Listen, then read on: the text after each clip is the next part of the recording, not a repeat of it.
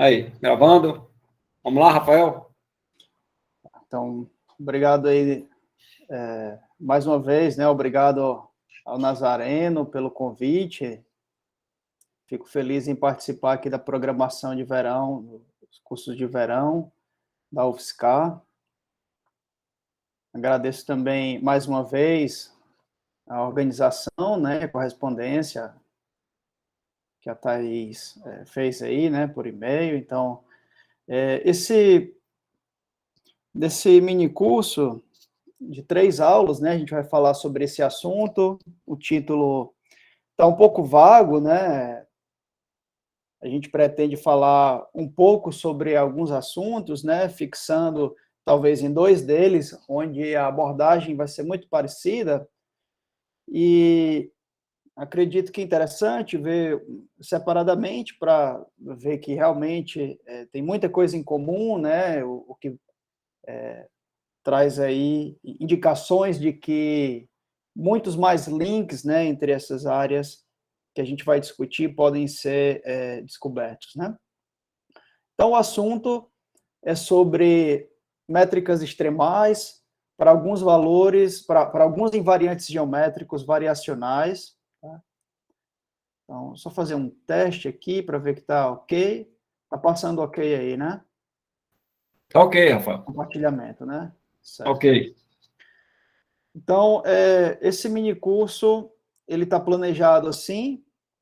A gente tem hoje o primeiro encontro e a gente vai tentar fazer uma introdução, a primeira parte de mais ou menos. Bom, eu não verifiquei o tempo precisamente, né? Não pensei muito nisso, já que é um mini curso, a gente tem 3 encontros aí planejados de 1h30. Então, para o primeiro, a gente vai estar planejando fazer, talvez nessa primeira hora, né, o que seria mais ou menos uma palestra usual, né, que é esse primeiro tópico, introdução a width min max, né, a largura min max, e quem já tiver mais familiaridade, né, com alguns tópicos básicos, pode até pular essa segunda parte, onde a gente vai falar, essa segunda parte da aula 1, né, onde a gente vai falar um pouco mais sobre os objetos que vão ser discutidos, que vão ser usados, né, como base nessa primeira parte, tá? Algumas coisas sobre superfícies mínimas, mais para fixar a notação, né, sobre imersões, né, e superfícies mínimas para fixar a notação que a gente pode vir utilizar e também para mencionar alguns resultados clássicos, né, resultados básicos que a gente vai utilizar depois também. Tá? E aí na segunda aula, na quinta-feira, esse mesmo horário, só não sei se o link provavelmente vai ser novo, né? Acredito Vai que ser o mesmo. vai ser o mesmo link? Ok. Sim. Tá, então o link é o mesmo, né?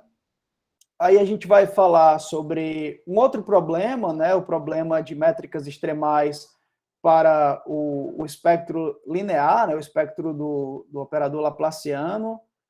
A gente vai buscar fazer um paralelo, né, entre alguns resultados que são um pouco mais clássicos, vamos dizer assim, mas não tão antigos, sobre métricas que são extremais para esse outro problema, né? Deixa eu fazer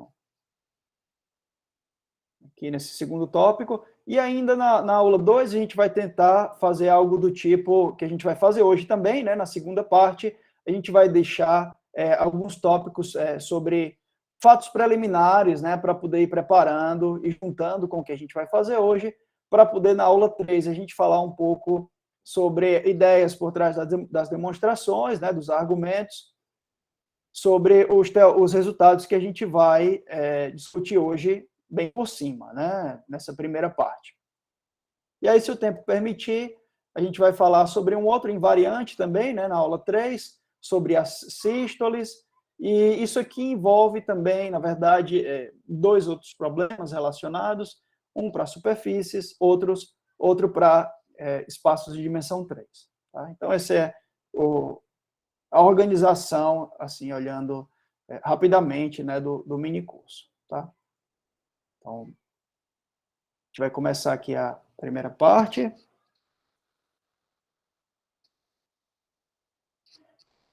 Então, para a gente começar do zero, praticamente, com algumas ideias, talvez um pouco mais intuitivas, né, do que se trata o problema que a gente pretende abordar, né, a gente vai tentar ver as definições básicas.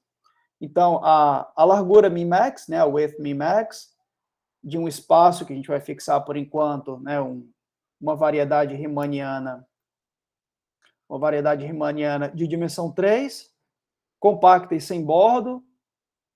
Então, algumas vezes a gente vai considerar também espaços com bordo, tá? Em alguns enunciados a gente pode considerar essa largura min-max um invariante definido da mesma maneira para espaços com borda também, né? Também tem esse caso relativo ao bordo, tá?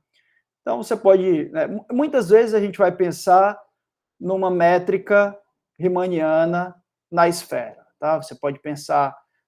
na maioria das vezes a gente vai denotar assim, né? S3, como sendo a esfera formada... a esfera unitária em R4, né? Então, é um espaço que tem essas propriedades aqui que a gente está pedindo, né? E aí a largura min-max, ela vai ser um invariante do espaço, né, da métrica riemanniana, que vai estar relacionada aqui com áreas de superfícies mínimas, tá?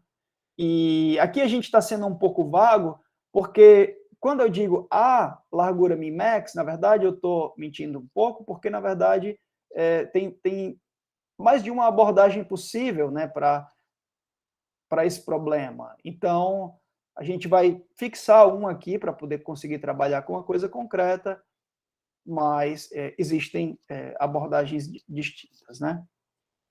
Então, aqui a gente diz que esse invariante vai estar relacionado com áreas de superfícies mínimas, né? Então, são superfícies dentro desse espaço de dimensão 3, tá?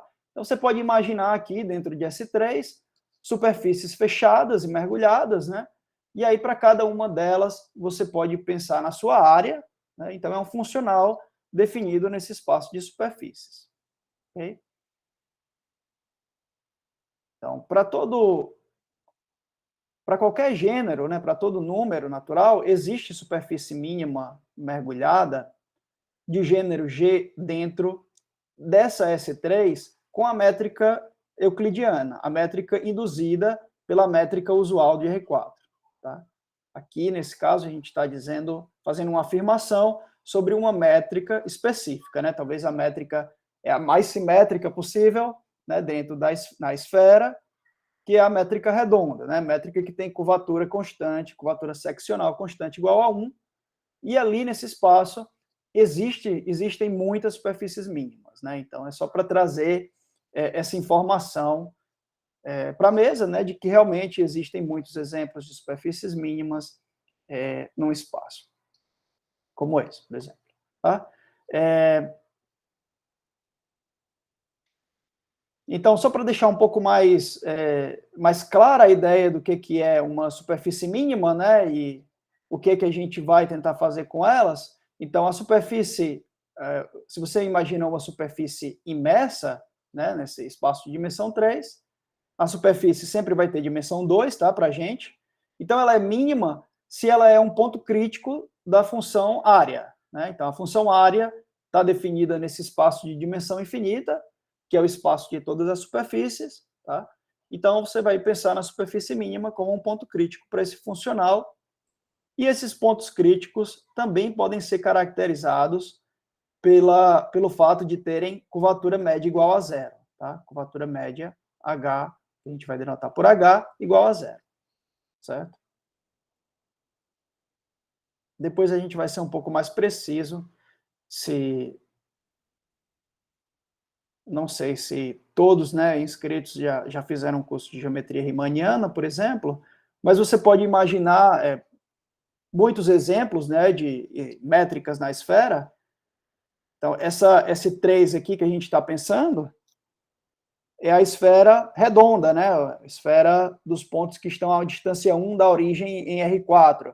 Mas aí você pode pensar em perturbações desse conjunto, né, isso vai dar a métrica induzida pelo R4 nessas perturbações são métricas riemannianas diferentes nessa esfera, e, portanto, você vai ter outras superfícies mínimas, e aí esse invariante Mimax vai ser diferente também. Tá?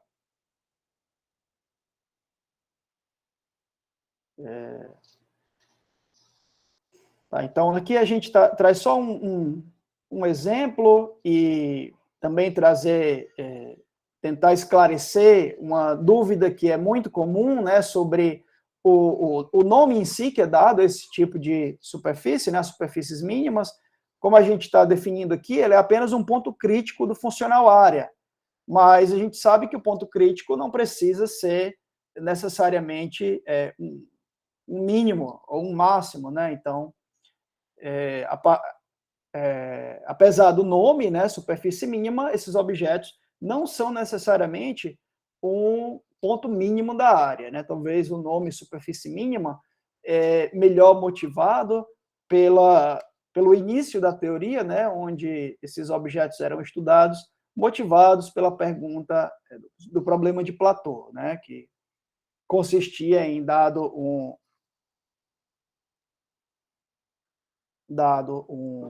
arame, por exemplo, né? Será que existe talvez um arame um pouco melhor?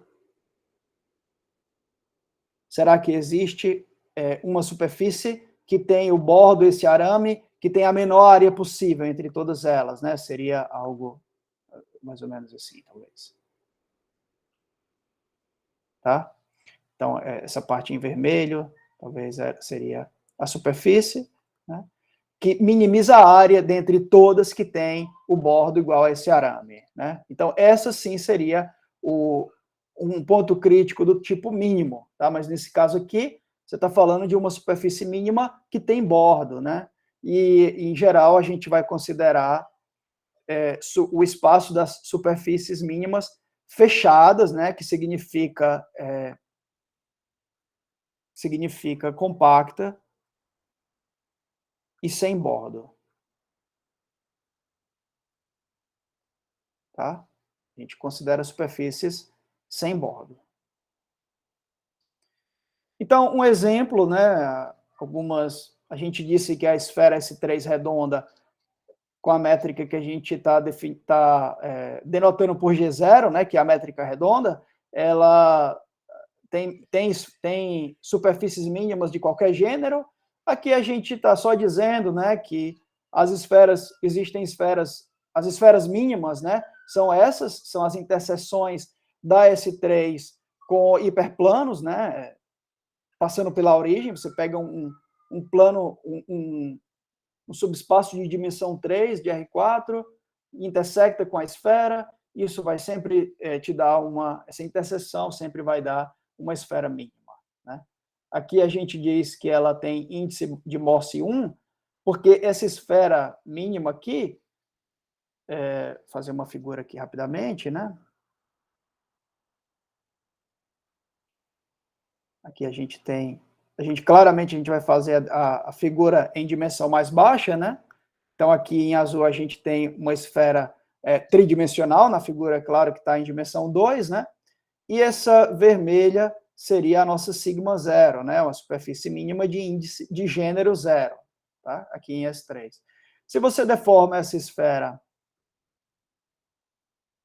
na direção do campo que tem norma constante, tá?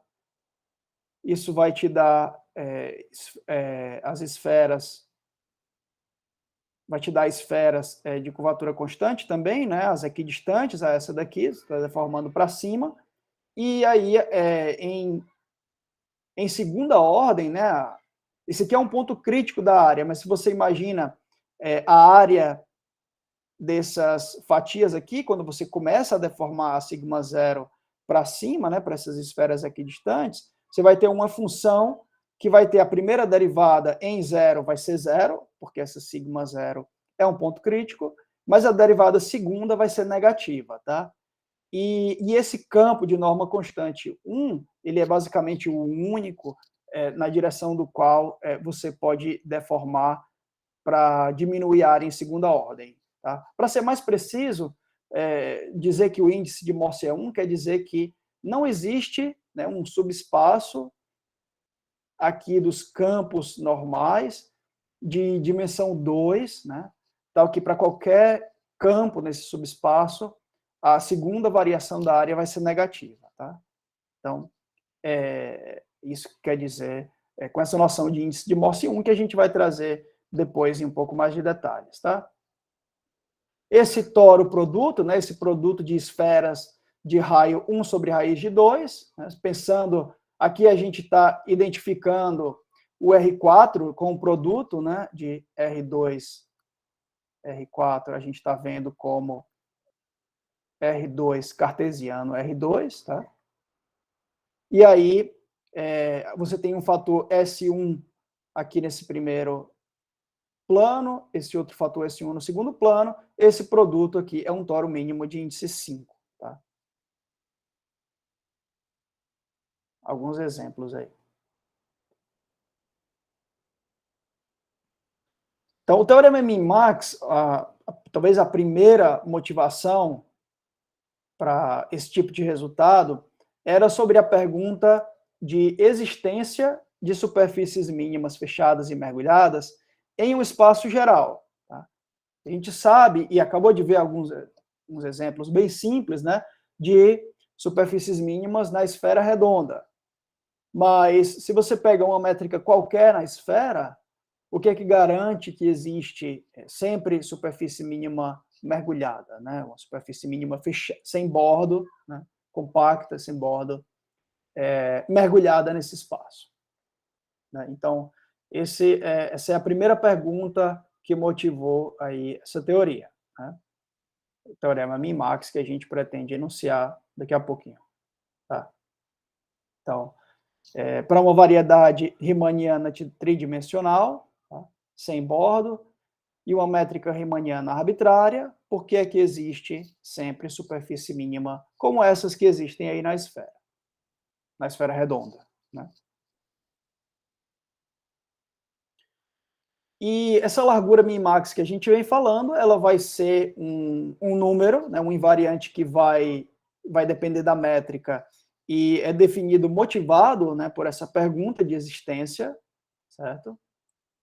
E ele representa um valor crítico especial do funcional área. Né? Ele vai representar a área de um ponto crítico, a área de uma superfície mínima. Tá? Então, essa observação a gente já trouxe, né, que existem múltiplas abordagens, e aí, para cada uma das abordagens, você pode conseguir informações a mais ou a menos no que a gente está chamando de teorema Min-Max, né? Então, mais uma vez, só para trazer para a atenção de todos, que dependendo da abordagem que você considera para o problema Min-Max, você vai ter um teorema Min-Max com informações a mais ou a menos. Tá? Isso a gente já comentou também, que é possível considerar abordagens para espaços, para M, né, para o ambiente tridimensional com bordo. Tá? E nesse caso, a gente vai considerar, em geral, né, que o bordo tem curvatura média apontando para dentro, né, essa hipótese de convexidade. Certo? Então, o que a gente quer fazer, como muitos já devem saber, né, a gente quer desenvolver uma teoria de Morse para o funcional área, né, para relacionar a topologia do espaço de superfícies, né, para, entendendo a topologia desse espaço de superfícies, conseguir produzir algum ponto crítico, né, um ponto crítico não trivial. A partir da informação sobre a topologia do espaço das superfícies, que é uma coisa que não vai, em geral, não vai depender da sua métrica, né, pelo menos é o que você espera, ela vai implicar na existência de superfície mínima para quando você fixa uma métrica qualquer. Né? Então, eu não falei, mas é claro, né? Estou assumindo aí que vocês podem fazer perguntas a qualquer momento, tá? Não precisam deixar para o final. Eu vou ficar checando aqui o chat, né? De vez em quando. Mas quando eu não vir, por favor, Nazareno ou então alguém pode Talvez se levantar a mão, né, eu consigo escutar. Ok? Beleza. Então pode ficar à vontade aí. Sim, por favor.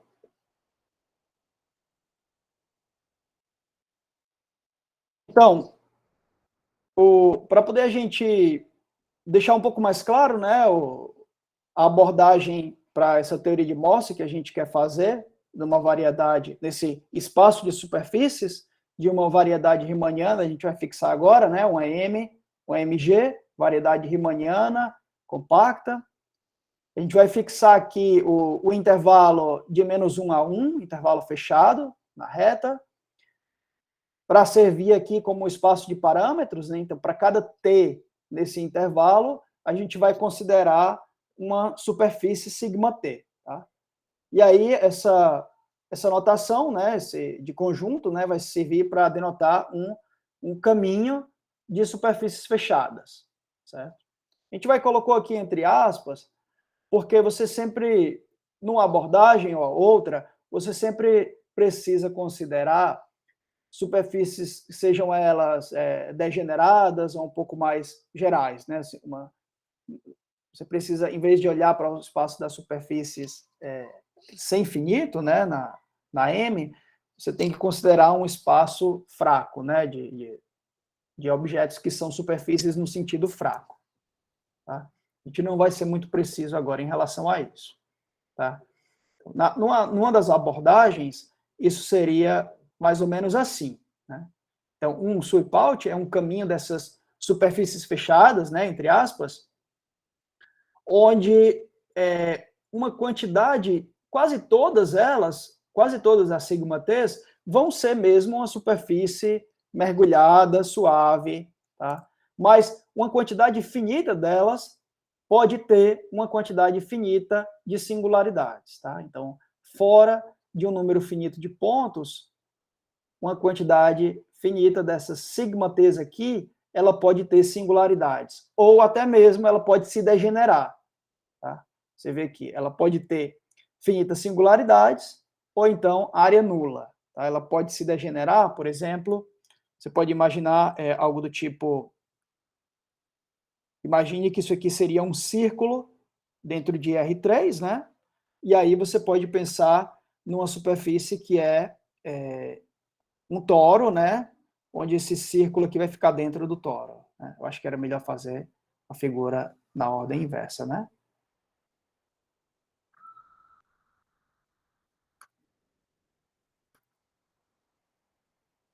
Você tem aqui esse círculo dentro do toro, e aí você vai pegar essa seção, esse meridiano do toro, tá? E vai fazer ele ficar cada vez menor. Tá? Quando ele vai ficando cada vez menor, esses toros aqui, digamos, vamos chamar ele de o nosso sigma t, né? E o vermelho seria, por exemplo, o sigma 1, tá? E aí, quando o t vai se aproximando de 1, né? Esses sigma t's aqui, eles vão se degenerando num círculo que seria uma superfície de área zero. A gente vai chamar isso aí de uma superfície de área zero, por enquanto. Tá? Área nula. Então, fora dessas fatias, né, cada uma sigma t a gente vai chamar uma fatia, né, motivados aí pelo fato de que a gente vai considerar, por exemplo, a gente tem um exemplo daqui a pouco, então deixa, já na próxima página, então deixa eu pontuar melhor o que significa isso aqui no próximo slide, né, convergência gráfica, desses sigma t's aqui para sigma zero, quando t se aproxima de t0, claro, né, que quando você tem uma quantidade de umas singularidades aqui nesse sigma t0, essa convergência gráfica vai ser longe das singularidades, né, fora dessas singularidades. E como a gente quer discutir também, né, pelo menos dizer que é possível fazer isso, no caso de M com bordo, mas na verdade não é só para dizer que isso é possível, tá? Isso é utilizado também em alguns resultados que a gente gostaria de pontuar, né, de chamar a atenção para eles durante o minicurso. Então, a gente também vai considerar, pelo menos aqui nessa parte inicial, espaços M com bordo, tá? Em geral, esse bordo vai ter, como eu já disse, a curvatura média apontando para dentro, né? Seria algo mais ou menos assim, né? Você pode pensar uma figura mais ou menos assim.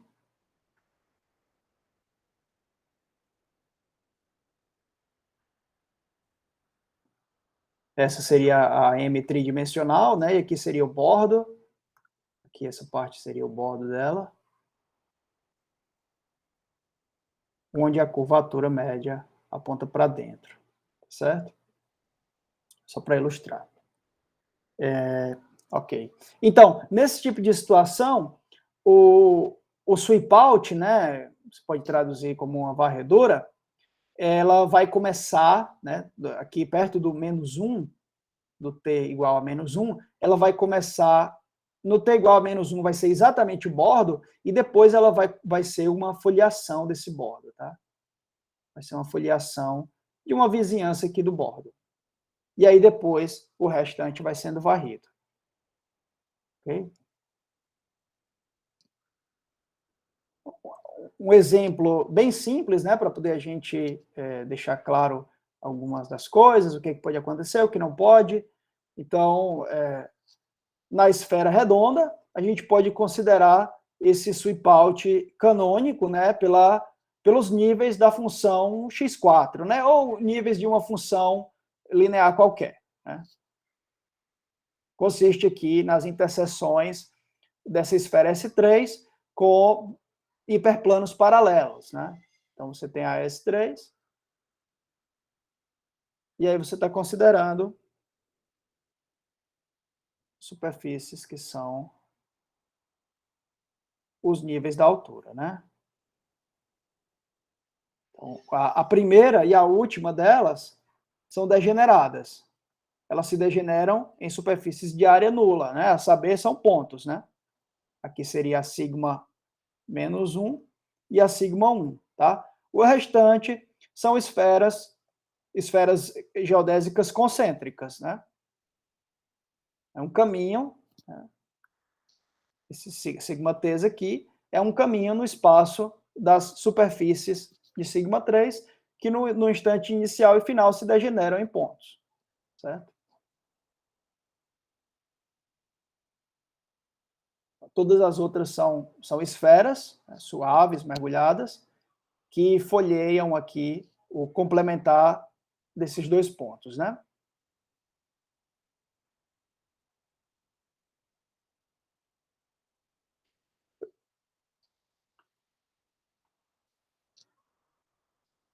A gente tem esse outro sweep out aqui da esfera S3 por toros, certo? Você pode considerar produtos de dois fatores, né, dois círculos, onde você pega os raios de modo que a soma dos quadrados seja igual a 1, né?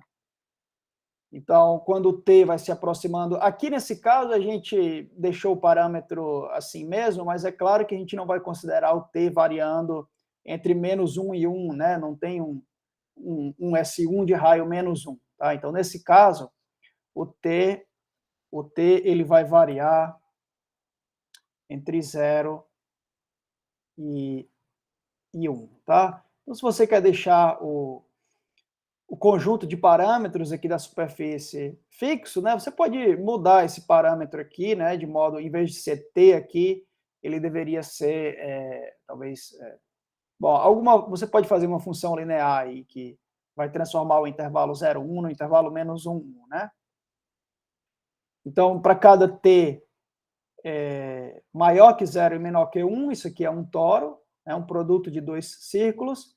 Quando t é igual a 0, esse primeiro círculo se degenera num ponto, né, um círculo de raio zero. Então, esse produto cartesiano, né, a sigma -1 vai ser um círculo, né, vai ser um ponto cartesiano, um círculo, e no t igual a 1, o segundo fator se degenera, né? Então, essa varredura aqui, ela dá um caminho no espaço de superfícies de S3, onde a primeira fatia e a última se degeneram em círculos, tá? São superfícies de área nula.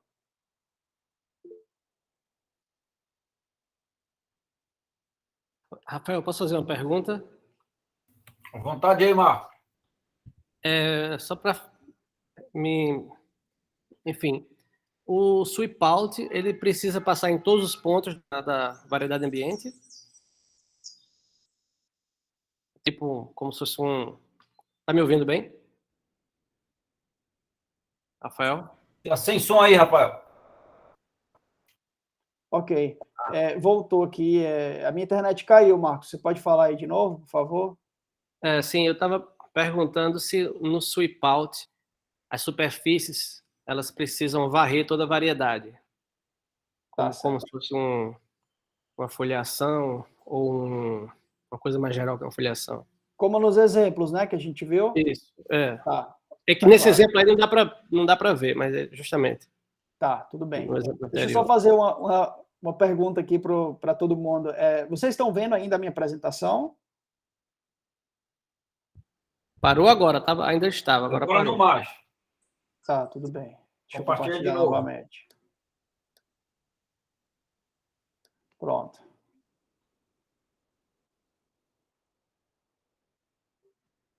Tá. Agora Então, sim. ok. Então, por enquanto, aqui a gente visualiza bem, né? Que para todo ponto na esfera S3, o seu sweep out vai ter alguma fatia que passa naquele ponto, né? Então, essas fatias, elas estão, de alguma maneira, estão varrendo o seu espaço inteiro, né? E é isso, como você pontuou, isso é o que garante que esse sweep out, ele é um caminho, de certa forma, que detecta, né, alguma coisa não trivial na topologia do espaço das superfícies, né? Então, essa é a ideia, né, que você comentou, do sweep out varrer realmente todo o espaço. Mas, assim, por enquanto, essa definição que a gente fez, ela ainda faz sentido, né? Mas aí, para poder você trabalhar com um conjunto de sweep outs que você vai detectar alguma coisa não trivial, aí você faz uma hipótese desse tipo, né? Mas nesse caso aqui também, né? Nesse caso, você também pode visualizar, se você pega S3 menos um ponto, né, e faz a projeção estereográfica, você pode imaginar algo do tipo, se você faz a projeção estereográfica do S3 em R3 a partir de um ponto que está num desses círculos que degeneram, acredito que, bom, aí um desses círculos vai virar uma reta, né, o outro vai ficar, digamos, um círculo aqui dentro, né, e aí os toros vão ser toros assim, né, que estão, digamos assim, que contém, se você olha, os toros são esses, né?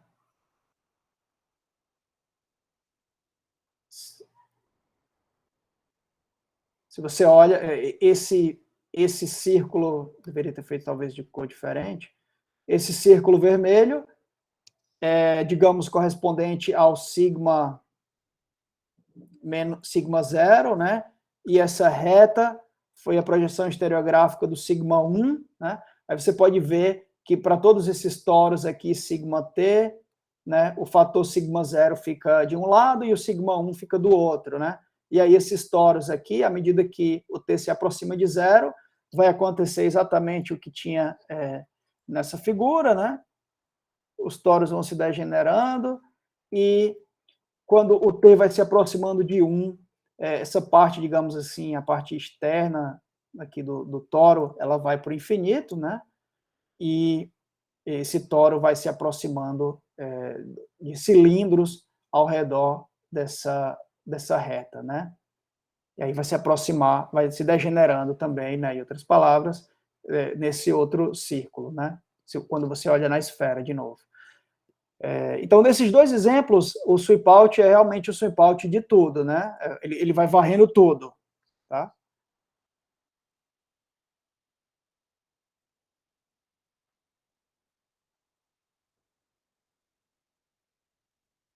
Um exemplo que não que na verdade é uma classe de exemplos, né? Não é uma coisa concreta, mas traz toda uma classe de exemplos, é você considerar os níveis de uma função de Morse. tá? Você pode considerar no seu espaço, né, digamos, uma variedade com bordo, você considera uma função de Morse, e aí os níveis dela, né, as fatias agora são a imagem inversa de cada valor dessa função, né? Então, é possível, talvez com alguma hipótese técnica a mais, né, dizer que esses caminhos de superfícies, né, que são os níveis da função de Morse, também são sweepouts, certo? E aí a gente pode considerar outras maneiras de obter varreduras, considerando deformações de uma varredura dada, que consiste em você considerar um sweepout, digamos, sigma t, tá? E aí você vai deformar ele. Cada sweepout vai ser, cada fatia sigma t vai ser deformada, você vai considerar a imagem da sigma t por um diffeomorfismo, tá? Que não precisa ser sempre o mesmo.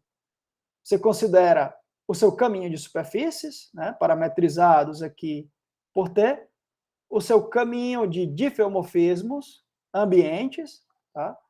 E aí, a nova fatia, né, a tésima fatia, vai ser agora você pegar a imagem pelo diffeomorfismo φt, um diffeomorfismo do ambiente, né, que está deformando a fatia sigma t, certo?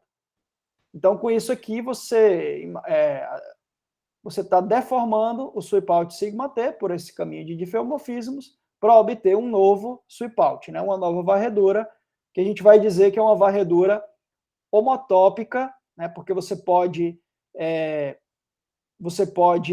aqui a gente está usando a deformação da sigma t por φt, né, mas aí você poderia considerar também a deformação, digamos, da sigma t,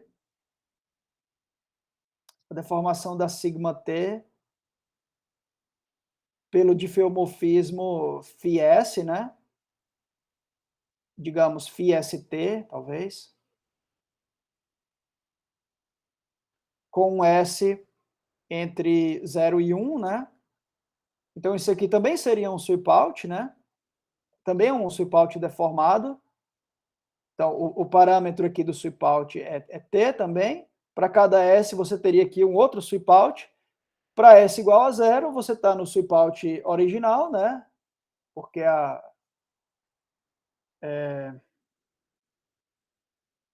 talvez você tenha que tomar um pouco mais de cuidado. Peraí. Não, isso está errado. Na verdade, você tem que ter um pouco mais de cuidado, tá? Esses diffeomorfismos aqui não são quaisquer, tá? São diffeomorfismos isotópicos à identidade de M, tá? E aí, cada φt, ele pode ser deformado à identidade, né? Digamos, você vai ter uma transformação, é um caminho de diffeomorfismos, Fs, diffeos, de M, tal que F0 é igual à identidade, e F1 é igual a φt. São um caminho de diffeomorfismos que começa na identidade de M e vai até φt, tá? Então, se você considera, bom, agora para cada T, né, você poderia dizer assim que tem um FTS, né? Tem um FTS. E aí agora o que você queria considerar, na verdade, era deformar sigma T por essa isotopia, né? FTS. Certo? Aí isso sim, né, vai ser um novo sweepout, né? Você está deformando ainda a sigma t por diffeomorfismos, e aí sim, para S igual a 0, você vai estar pegando a imagem da sigma t pela identidade, que vai dar a própria sigma t, e para S igual a 1, você vai estar nesse novo sweepout, né? Então, Esses são os sweepouts homotópicos, né? Vou apagar isso aqui. Não queria... Rafael, Sim, pode falar. talvez só deixar claro por que está pegando funções de Morse naquele slide anterior. Certo.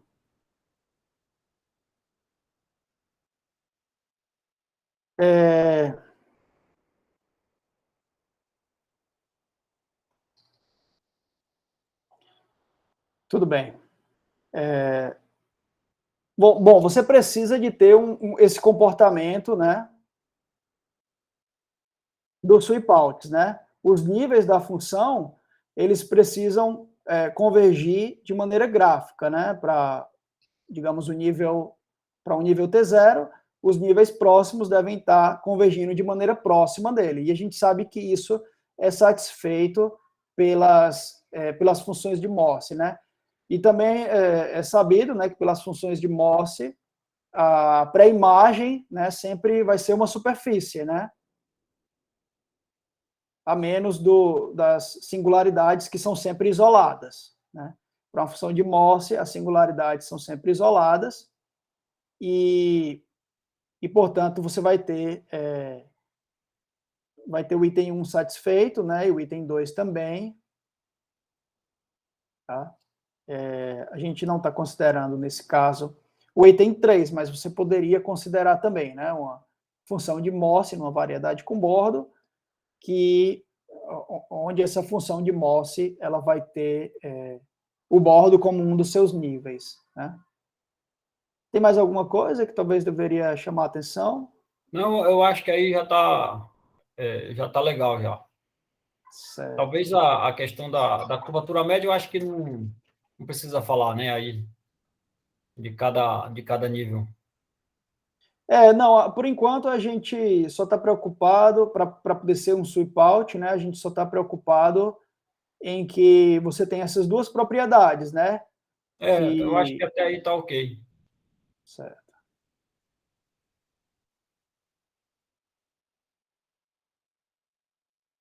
Beleza.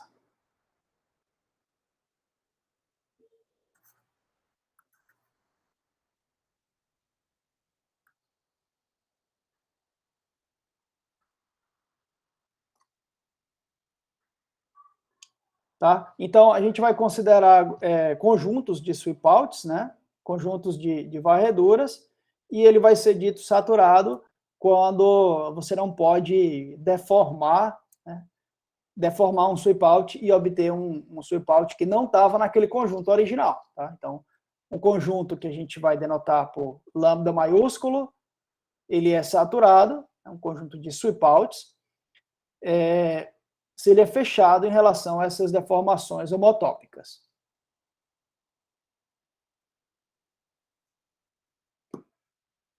E aí a gente vai considerar agora, para cada conjunto saturado de sweepouts, a gente vai considerar a largura min-max, definida, né, como esse invariante. Você vai, para cada sweepout, você vai considerar as áreas das superfícies, né, envolvidas nesse caminho. Você considera o máximo, a superfície de área máxima dentro de cada sweepout, e depois você toma um ínfimo, né? Você vai procurar por um número, esse W vai ser um número que é o menor possível, que você consegue varrer toda a sua M3, tá? Por um sweepout nessa família, tá? Por superfícies de área, no máximo, esse número. Ok? Ou talvez esse número mais um pouco, né? Mais um epsilon arbitrariamente pequeno, porque aqui a gente tem um ínfimo, tá? Está tomando aqui um ínfimo, certo? Então, essa notação, né, de módulo de sigma, módulo de uma superfície, é a área, tá? É a área de sigma. Mais uma vez, você maximiza a área dentro de um sweepout e toma um ínfimo, né? Você quer saber qual é a maneira mais barata, né, de varrer essa superfície por superfícies, varrer essa variedade de dimensão 3 por superfícies de área, no máximo, essa determinada constante. Tá? E aí a gente vai estar... a gente está definindo esse número para poder conseguir mostrar que ele é atingido pela área de uma superfície mínima mergulhada, tá? Esse é o ponto principal do teorema min-max, né? E aí, para poder você obter o limite, né, obter a superfície que vai ter área igual a largura min-max, você considera uma sequência minimizante de sweep-outs, né, uma sequência tal que esses máximos aqui vão convergir para o ínfimo, tá? Você vai pegar sigma nt, né, esse n, um número natural que vai estar convergindo para infinito. À medida que n converge a infinito, esses sweep-outs aqui, eles vão ter o máximo da área cada vez mais perto da largura, tá? Então, isso é uma sequência minimizante de sweep-outs.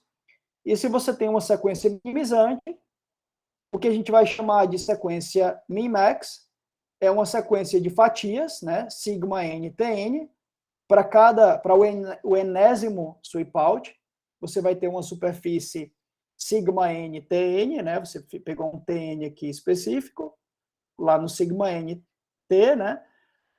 Que você pode pensar nela como uma superfície que tem a área praticamente o máximo, né? Realizando esse máximo aqui, tá? E aí as áreas delas vão convergir, né? Para largura min-max. Então a sequência min-max é uma sequência de superfícies, né? Que são quase maximais, nos seus respectivos sweep-outs, certo? E aí elas têm áreas convergindo para a largura min-max. Tá? Então, a sequência min-max, ela não precisa ser uma sequência de superfícies que converge para uma superfície mínima ainda. Tá?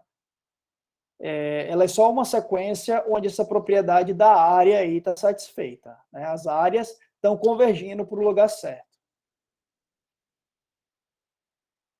Agora, o teorema min-max vai dizer que existe uma sequência min-max especial, onde essas superfícies mínimas aí vão convergir de fato, essas superfícies sigma n vão convergir de fato, né, para um ponto crítico da área com área igual ao width, né?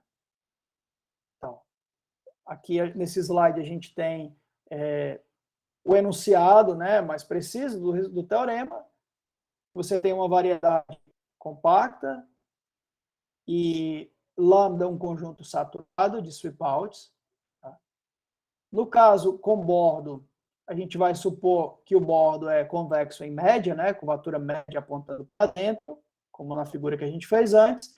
E além disso, a gente tem que supor nesse caso que a largura é maior que o comprimento do bordo, porque poderia ser, né, nesse caso com bordo, um outro exemplo poderia ser isso aqui, né?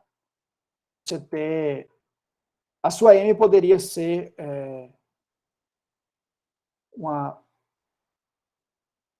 digamos, uma bola euclidiana,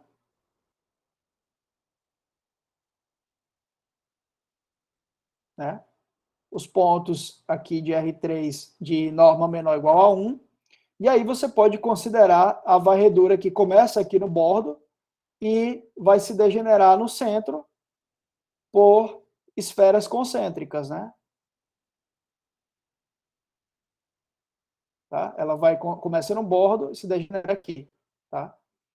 E aí, essa é uma varredura, é a melhor varredura que você pode considerar, porque como as varreduras, no caso com bordo, tem que começar por uma foliação do bordo, então, claramente, você sabe que essa largura sempre é maior ou igual que o comprimento do bordo, o tamanho do bordo, a área do bordo, né? Sempre é maior ou igual, tá? Então, se você consegue uma varredura onde a maior área é a área do bordo, então você vai ter igualdade aqui, certo? É o que seria aí um sweep-out ótimo, né? Onde tem uma fatia que realiza a wave, né? Então, para isso aqui não acontecer, agora, por que isso é ruim? Porque, nesse caso, você não tem superfície mínima, né? Não tem superfície mínima no interior da bola, não tem superfície mínima compacta, compacta e sem bordo em R3, né? Então, você precisa dessa condição natural, né, no caso com bordo. Então, o teorema ele diz que existe uma sequência min-max, né, de fatias de sweep outs que são cada vez mais próximos, né, de realizar o ETH, sequência que converge num sentido fraco, né, você converge como varifolds, para uma sigma, que é exatamente o que a gente estava procurando, uma superfície mínima fechada e mergulhada, contida no interior de M. Tá? Essa palavra interior, ela só é necessária para o contexto de bordo não vazio. Tá? Então, quando você tiver bordo, a superfície mínima que você vai produzir, por conta dessa hipótese, ela está no interior, certo? E que realiza a largura, certo? A área dela é igual à largura, ok? Então, da maneira que está enunciada aqui, sem mais nenhuma hipótese, essa superfície sigma, ela pode ter várias componentes, tá? Ela não precisa ser uma única superfície, não precisa ser uma esfera ou um toro, por exemplo, ela pode ter várias componentes, certo? Alguma pergunta?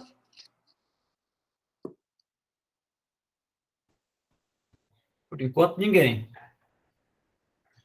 Certo. A gente tem ainda uns 35 minutos, né? A princípio, tinha pensado em que essa primeira hora seria suficiente, né, para falar de toda essa parte de motivação, né, introdução. Aqui a gente introduziu já o invariante e agora pretende falar sobre coisas relacionadas a ele, tá? Então, antes de passar para... Bom, é importante fazer esse comentário mais uma vez, né, nesse ponto, porque aqui, esse enunciado, a gente não vai tratar de prova, né, do teorema min-max, a gente vai estar mais interessado, né, no mini-curso em estudar essa quantidade, né, talvez é melhor deixar aqui na definição, né, a gente vai estar mais interessado em estudar essa quantidade, né, e o fato de que o teorema é verdadeiro, ou seja, que essa quantidade ela é realizada pela área de uma superfície mínima, certo? Então, em algumas situações, você pode extrair informações adicionais, topológicas, analíticas, sobre a superfície min-max, que é o que a gente chamou ali de sigma, né? Às vezes, isso vai estar representado também por, em vez de chamar de superfície min-max, você pode chamar de limite min-max, ou outros nomes aí. Por exemplo, se você considera S3, né? Você considera S3, você tem aquele sweep out canônico por esferas, né? Esferas e que no começo e no final se degeneram em pontos, certo? Então você tem esse sweep out e aí a gente vai denotar por lambda 0, é a menor família saturada que contém os sweep-outs por esferas bidimensionais. Então, lambda 0 é uma família de sweep-outs fixa. Tá? Ela só depende do S3, não depende da métrica. Você tem essa família de varreduras. Certo? Qual é o fato interessante sobre essa família? É que, basicamente, aqui você está vendo varreduras onde todas as fatias são esferas, certo? E aí, aqui no teorema, você vai obter uma superfície como limite de esferas. É claro que essa convergência aqui é num sentido muito fraco, e você poderia estar convergindo para um objeto de gênero maior, mas, de fato, em muitas situações, tá? Aqui a gente não vai fazer o enunciado mais geral possível, mas em muitas situações As situações que vão ser usadas, né, no minicurso são as seguintes. Hit positivo, tá? Se você tem uma esfera satisfazendo essa condição sobre a curvatura, né, onde a métrica tem curvatura de Hit positiva, ou então para esferas homogêneas, né, esferas com uma métrica homogênea, né, que é uma métrica tal que para dados 2 pontos sempre existe uma isometria que leva o primeiro no segundo, né? Então, para essas situações, né, e outras também, é possível mostrar que a superfície que realiza a width, a superfície min-max, ela é uma esfera, né? Para essa família de sweepouts que está fixa aqui, né? Sweepouts por esferas, né? Então, você consegue, nessa situação, né, com essas hipóteses adicionais aqui, né, ou na curvatura de Hit, ou sobre a homogeneidade, você consegue informações adicionais, não só sobre a topologia, mas também consegue que o índice, né, consegue controlar essa propriedade analítica da superfície, né, que o índice de Morse vai ser igual a 1. Tá?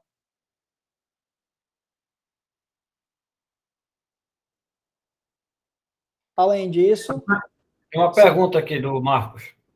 Ou seja, então, consequência desse teorema, qualquer métrica em S3, né, com Hit positivo ou homogênea, tem uma esfera mínima mergulhada, não é isso? Isso. Consequência, não é isso? Isso. Na verdade, toda métrica em S3 sempre tem esfera mínima mergulhada. Ah, é? Isso. Min-max também não? Hã? São as... você pode fazer esse resultado, essa parte aqui você consegue, tá? O controle na topologia você consegue para qualquer gênero, né? Você pode considerar sweepouts, você pode considerar sweepouts de S3, ou, na verdade, sweepouts de uma M3 aqui, por coisas de gênero controlado. Então, o que você produz vai ter o gênero controlado também pela mesma constante, tá? E aí, no caso de gênero zero, você consegue mostrar que o limite min-max vai ser possivelmente uma coleção de esferas, né? Mas, com certeza, cada componente, né, que são duas disjuntas, né, elas vão ser esferas, tá?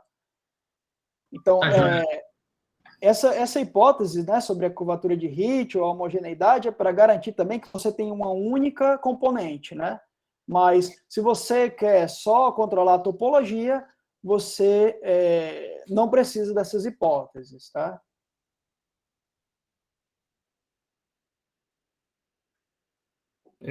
Ok, Marcos? Ok, obrigado. Rafael, agora eu fiquei com uma dúvida. Não estou conseguindo concluir aqui se aquelas métricas de IBG, todas as classes de métrica de IBG na esfera S3,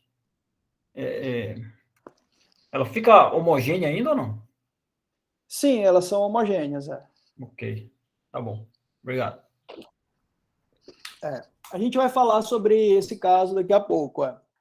Elas são esferas homogêneas, né? São esferas S3 homogêneas, e as esferas mínimas são conhecidas nela, né?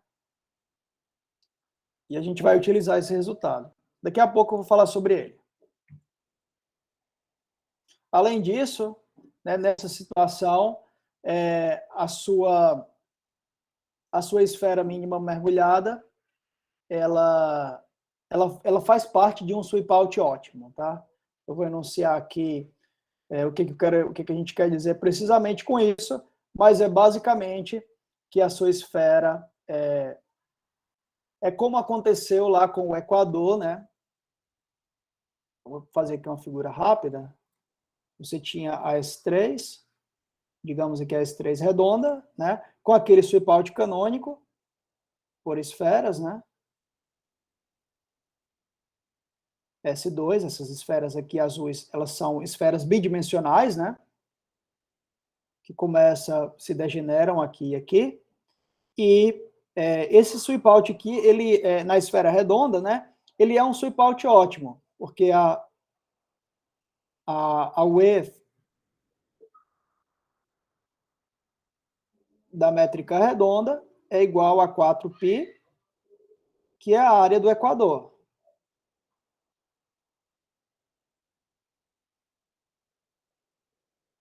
Equador é a área desse equador totalmente geodésico, né? Então, isso aqui é um exemplo de um sweep out ótimo. A superfície mínima que realiza a width, ela está num sweep out, ela é uma fatia de um sweep out ótimo, tá? Então, ela vai ser, ela é uma fatia de um sweep out onde todas as outras fatias têm área estritamente menor, tá? E que a derivada segunda no t igual a zero, né? O t igual a zero corresponde à sua fatia ótima, é estritamente menor que zero, né? Isso aqui está sendo possível pelo fato dessa sigma ter índice 1, né?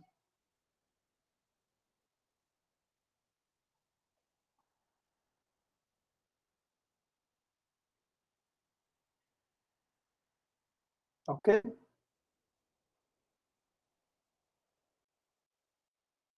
Então, para provar, só para indicar, né? Para provar um resultado desse tipo, você precisa mostrar que para qualquer, por exemplo, em caso de hit positivo, para qualquer superfície mínima, você consegue um sweep out onde ela vai ter área máxima. Tá?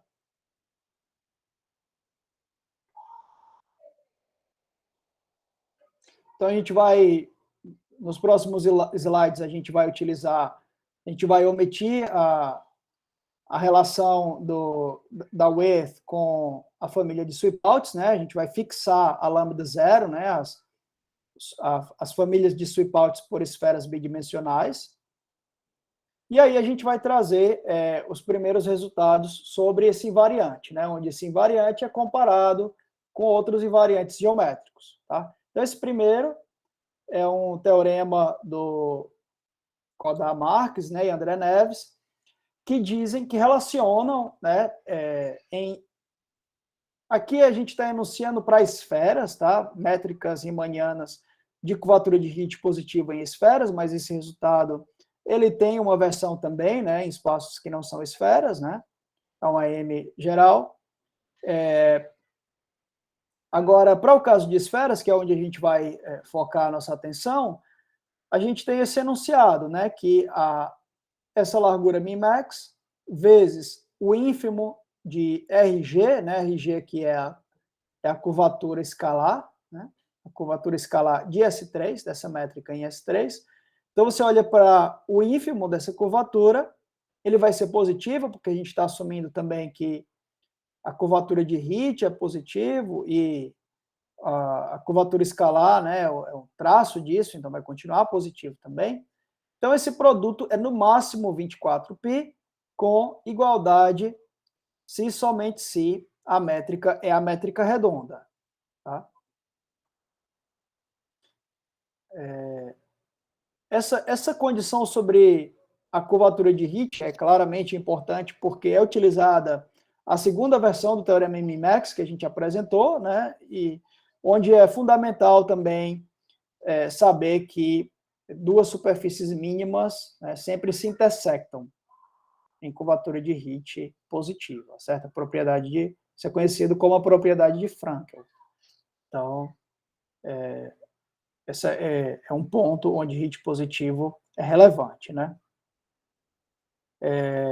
Uma observação é que essa estimativa, ela não é mais verdade quando você considera uma hipótese mais fraca sobre a curvatura, né, uma hipótese apenas sobre a curvatura escalar. Você realmente precisa...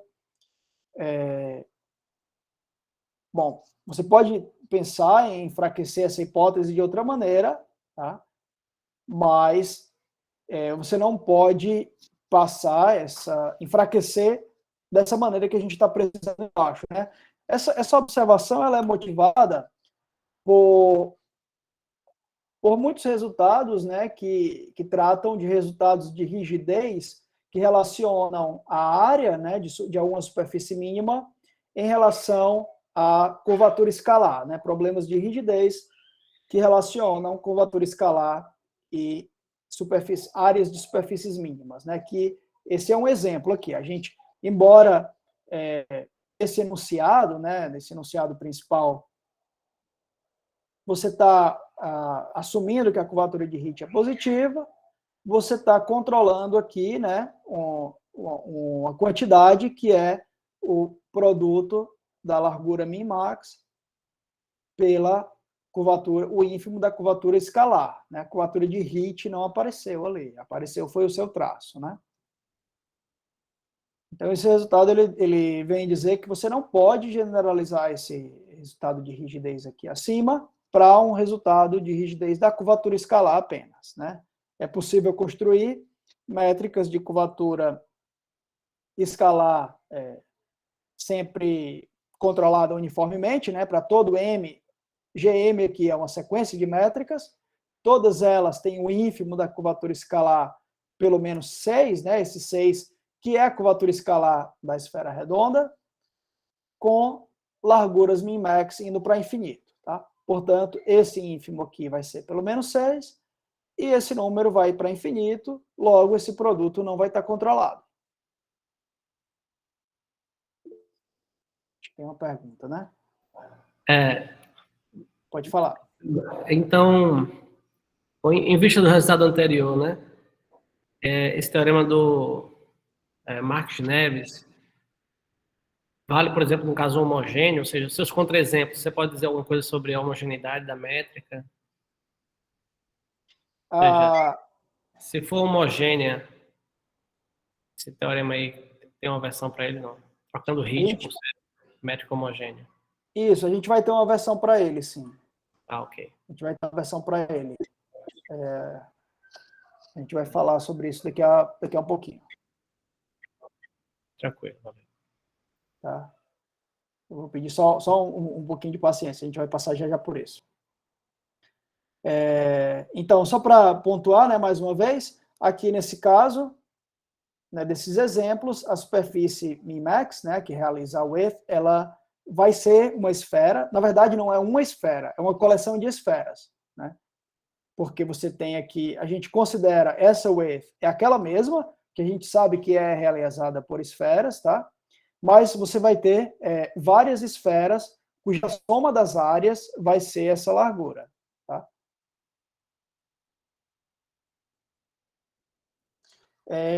Então, também relacionado com esse produto, né, com esse resultado de rigidez, tem um resultado de quase rigidez, né, que diz que a métrica ela é quase arredonda quando esse produto é aproximadamente o seu máximo, né?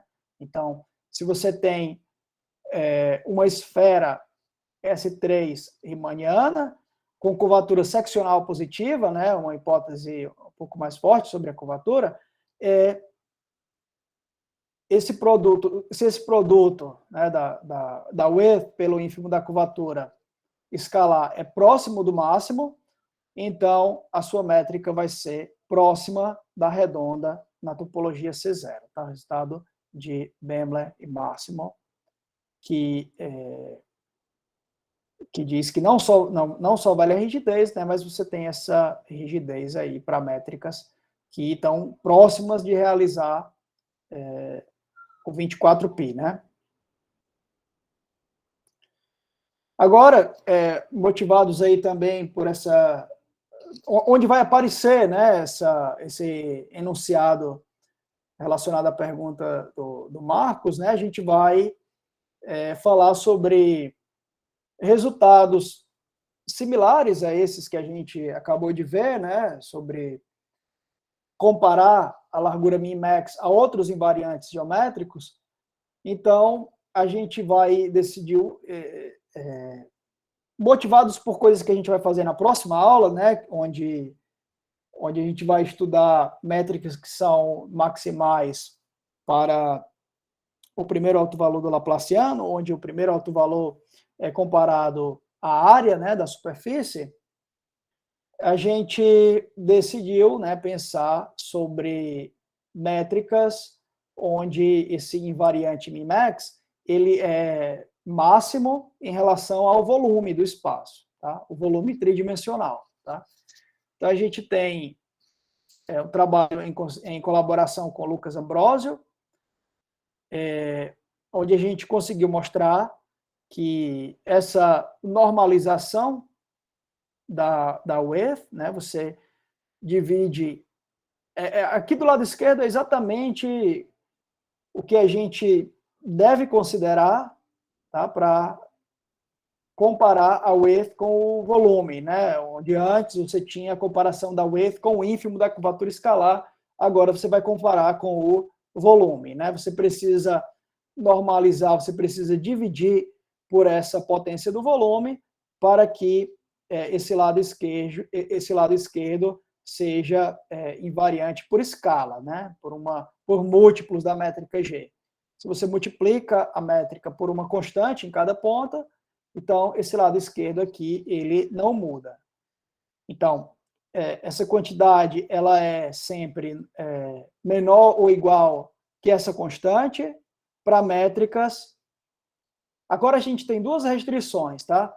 Além de fazer essa restrição sobre o hit positivo, a gente vai se restringir a uma classe menor de métricas, que são as métricas que são conformes à métrica redonda, tá?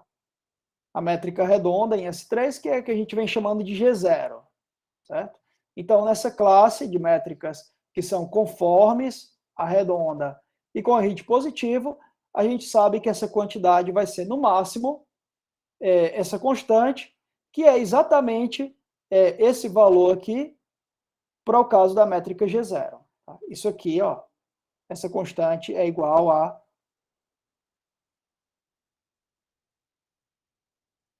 esse mesmo quociente, né, essa normalização da width, para o caso da métrica G0.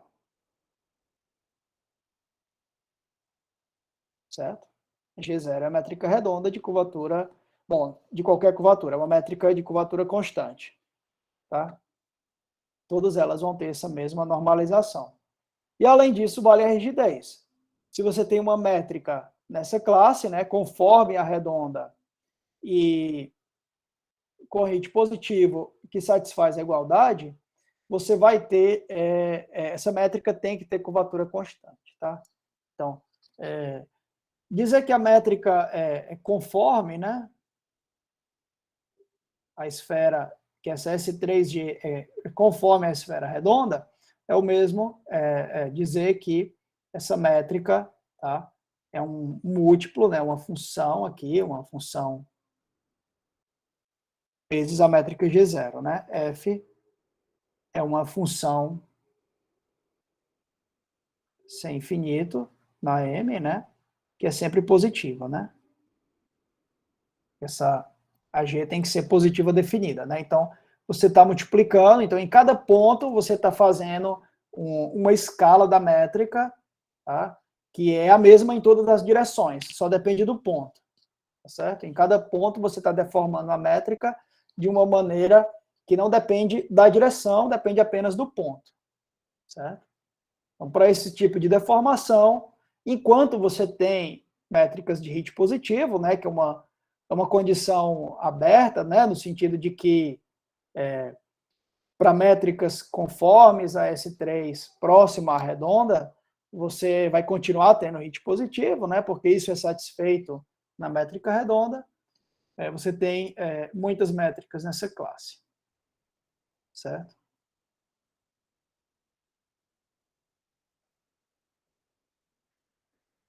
Outros resultados relacionados a controle, né, dessa width normalizada são os seguintes, né, dois para poder ilustrar que isso já foi considerado em outras situações mais restritas ou menos, né, mas nas situações menos restritivas, e nessa também, né, do Treibergs, a estimativa ela não é ótima, né? Você tem estimativas, só saber que essa normalização da width vai ser uniformemente controlada, eu acho que já é um resultado interessante, né?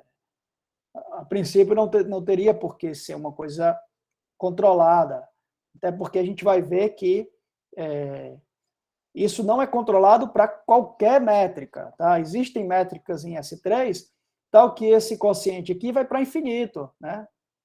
Métricas de Berger mesmo, tá?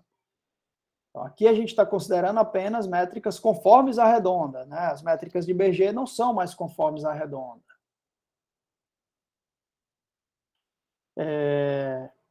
Então, aqui esse resultado ele considera a classe de esferas que admitem esferas que são conjuntos, é o bordo de um conjunto convexo em R4, né? É o bordo, existe um mergulho isométrico em R4, como o bordo de uma região convexa, tá? Então, para essa classe de métricas, você tem uma cota uniforme na width normalizada, e também existe resultados desse tipo, né, para hit positivo, ou se você fixa uma classe conforme. Se você fixa uma classe conforme, é sabido que essa width normalizada sempre é uniformemente controlada, mesmo se você tira a hipótese do hit, tá? Então, esse enunciado, ele tem mais de um resultado contido nele, certo? Você pode fixar a condição do hit positivo, ou então pode fixar uma classe conforme, tá? Então, nessas duas classes aí, você tem um controle uniforme na width normalizada. Ok?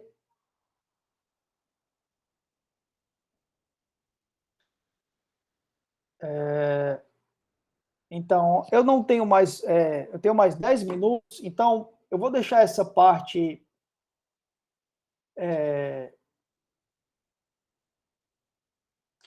aqui a gente encerra, tá, os enunciados sobre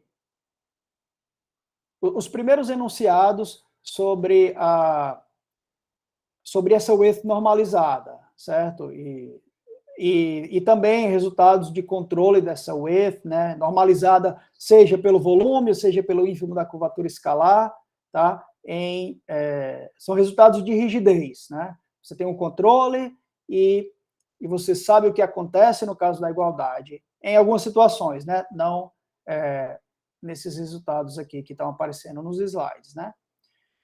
Então, o próximo ponto seria considerar um caso bem concreto, né, das métricas, das classes conformes de esferas homogêneas. Então, eu vou deixar para fazer a parte introdutória na segunda aula, tá? Essa parte onde a gente vai definir precisamente quem são as esferas homogêneas, né?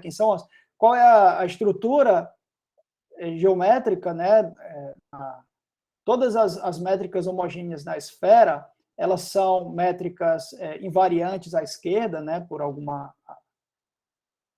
Por essa estrutura de grupo, né? Que tem, você pode identificar a esfera S3 com o espaço das transformações unitárias especiais em C2, né, matrizes complexas 2x2, e aí todas as métricas homogêneas são métricas invariantes à esquerda, né, em S3 com essa estrutura de grupo, tá, de grupo de Lie, né. Então eu vou pular por enquanto isso, para poder encerrar a aula 1 mesmo como uma espécie de introdução, né? Falar sobre os resultados em si, né? Então, aqui a gente pontua, né, que, como o Nazareno comentou, né, o José comentou, as métricas de Berger, né, acho que por aqui a gente fala, né, você tem uma série de parâmetros aí relacionados a essas possíveis métricas homogêneas, e aqui a gente precisa quais são os parâmetros certos para você ter as esferas de Berger, né? Você tem, basicamente, uma família aí a 2 parâmetros de métricas que vão ser interessantes para a gente. Então, o que eu tinha comentado, né, um resultado fundamental aí que a gente utiliza em uma das abordagens que a gente vai considerar, um dos resultados, dos tipos de resultado que a gente vai considerar, é que nesse tipo, né, nas esferas homogêneas, as esferas mínimas são bem conhecidas, tá? Toda esfera mínima, ela vai ser uma translação à esquerda de uma outra, tá? Tem uma esfera mínima de índice 1 e qualquer outra esfera mínima imersa vai ser uma translação à esquerda de uma que você fixe, tá? Essas esferas mínimas aqui, elas também têm uma simetria pela antípoda, né, como é o caso do equador na esfera redonda. Isso acontece em qualquer métrica homogênea, certo? E tem essa propriedade também de que as únicas translações à esquerda que deixam uma esfera mínima invariante é a identidade ou a antípoda, certo? Eu vou falar sobre isso aqui também. A gente não vai fazer a prova disso, tá? Observe que aqui o ponto 2, né, deixa eu só enfatizar, que ele diz toda esfera mínima, é toda esfera mínima imersa. Então, em particular, toda esfera mínima vai ter índice 1, né, como está preciso aqui no primeiro ponto, tá? Então, em particular, esse resultado garante que não existem esferas estáveis, como acontece no caso de HIT positivo, ou mais em particular ainda no caso da métrica redonda, né? Então, a gente tem aqui um argumento simples para demonstrar isso, e em vez de fazer a prova desse resultado inteiro, eu queria só pontuar isso, né, um argumento simples, mas eu vou deixar isso para fazer na próxima. Porque eu queria falar agora, né, sobre esse resultado também, que está relacionado com o que o Marcos perguntou, né? Então, se você tem uma métrica homogênea, a gente enuncia aqui de uma maneira um pouco diferente, né? Na esfera homogênea, a curvatura escalar vai ser constante, né? Porque você tem uma isometria entre dois pontos quaisquer. Então, ela vai ter esse fato de curvatura constante, curvatura escalar constante 6, não é uma hipótese, né? A gente só está normalizando para que você fazendo uma escala para que a curvatura escalar fique 6, né? Então, nesse caso também é possível mostrar que a largura vai ser no máximo 4π, né? A gente só pegou o 6 e passou dividindo para o outro lado, né? Onde era 24π, ficou 4π, né? Valendo a igualdade se somente se essa esfera tem curvatura constante igual a 1, ok? Então, a prova desse resultado a gente não faz em detalhes nos trabalhos, porque ela basicamente ela segue as mesmas linhas do resultado do Kodai e do André. Você tem que perceber a mais é que essa condição da homogeneidade ela também é preservada pelo fluxo, né? Uma propriedade bem simples a equação que define. Bom, eu não comentei sobre isso ainda, na verdade. Então, tanto o resultado do controle da width pela curvatura escalar, né, do Kodai e do André, Marques e Neves, como o resultado que eu obtive em colaboração com o Lucas, esses resultados utilizam fluxos geométricos que a gente vai falar em mais detalhes na quinta-feira, tá? No primeiro caso, eles usam fluxo de Hit, tá? E usam que a propriedade da curvatura de Hit ser positiva é preservada pelo fluxo, né? Uma propriedade usual, né? Que foi observada logo no início, quando o Hamilton começou. O Hamilton ele introduziu o fluxo para estudar, né, o resultado de classificação para espaços com Hit positivo, né? Então, essa propriedade é preservada pelo fluxo. E, no nosso caso, Hit positivo, na classe da métrica conforme, a gente utiliza um outro fluxo geométrico, né, que a gente vai definir também, observar algumas propriedades na quinta-feira, que é o fluxo de Maber. Ele preserva a classe conforme e no caso de curvatura de HIT positivo, isso também vai ser preservado. O HIT positivo também é preservado. Tá? Então, para esse resultado aqui, né, que está na tela, das métricas homogêneas, o que é relevante, né, para o estudo dos fluxos, né, das métricas que você começa com uma métrica homogênea, considera o fluxo de HIT, né, um fluxo na variedade de dimensão 3, né, que vai mudando a métrica, é um fluxo que vai mudando a métrica. Esse fluxo ele vai ser por esferas homogêneas também. Tá? E aí, essa observação garante que a estrutura da prova do Marques e Neves, ela pode ser repetida, né, para chegar nesse enunciado.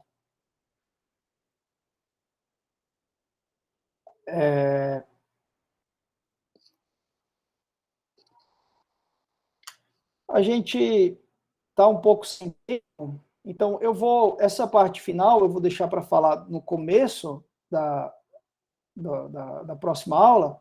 Eu vou só pontuar que a gente está interessado também em ter uma condição, achar uma condição necessária, tá? Deixa eu pontuar aqui rapidamente um enunciado.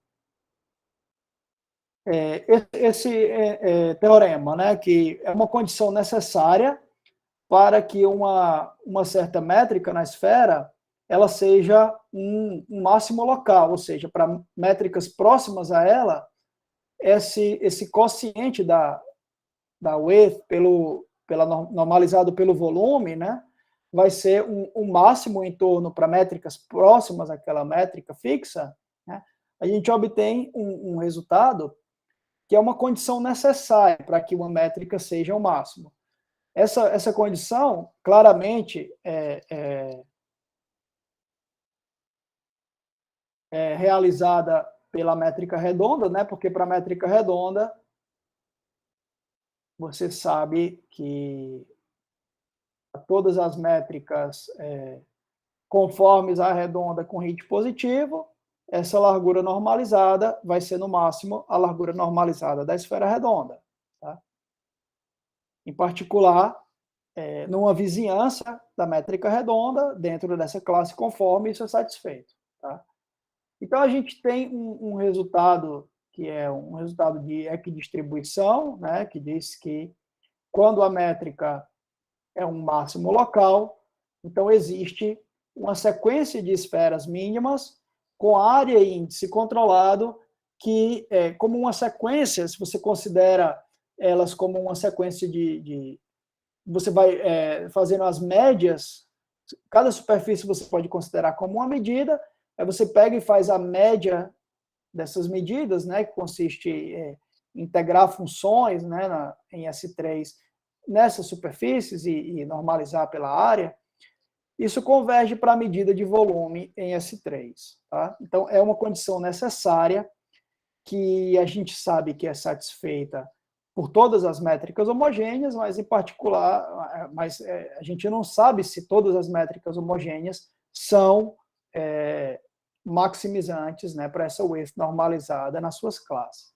Então, a gente vai, no próximo encontro, a gente vai falar um pouco mais sobre esses resultados, né, dessa condição necessária para maximalidade, e vai tentar encerrar, né, essa parte introdutória e passar